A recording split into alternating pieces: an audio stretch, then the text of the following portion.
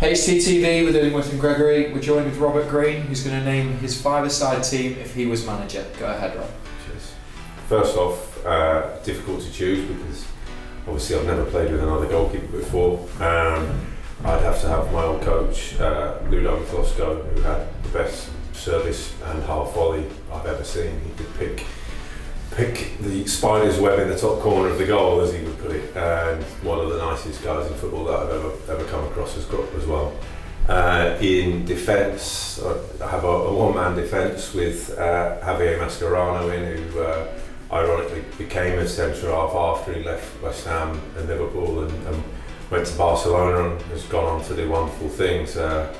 Strangely couldn't get in our team at West Ham, but was, on the ball, one of the best players that I've ever played with, and could do things, manipulate the ball like I've never seen anyone else do before or since.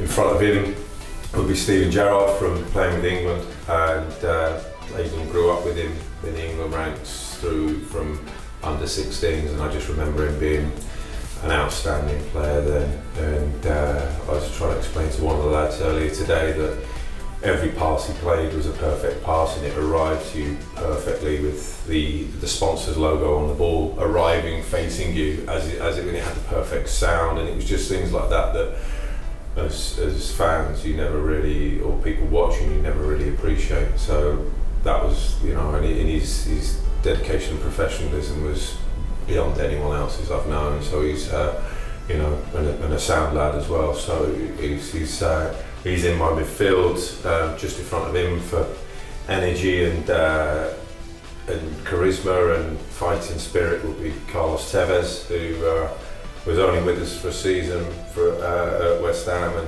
but managed to capture everyone's hearts and part of a very special time there to go on a run of the last few months of what we did, and as well as I'd like to add a solid defence. He was a catalyst for it up front, and he's just one of them players who played with no fear and would just take on anybody, and had a real sort of go-getter attitude about it. And so he was a great player to play with. And finally, one of the players who I think would have been one of the best England players of recent years, bar an injury, from both Norwich and West Ham, would be Dean Ashton, who was an incredible player up front. He was the hardest strike I've ever faced. I used to just have to abuse him in training to make him upset, to make him miss. So that was my main tactic.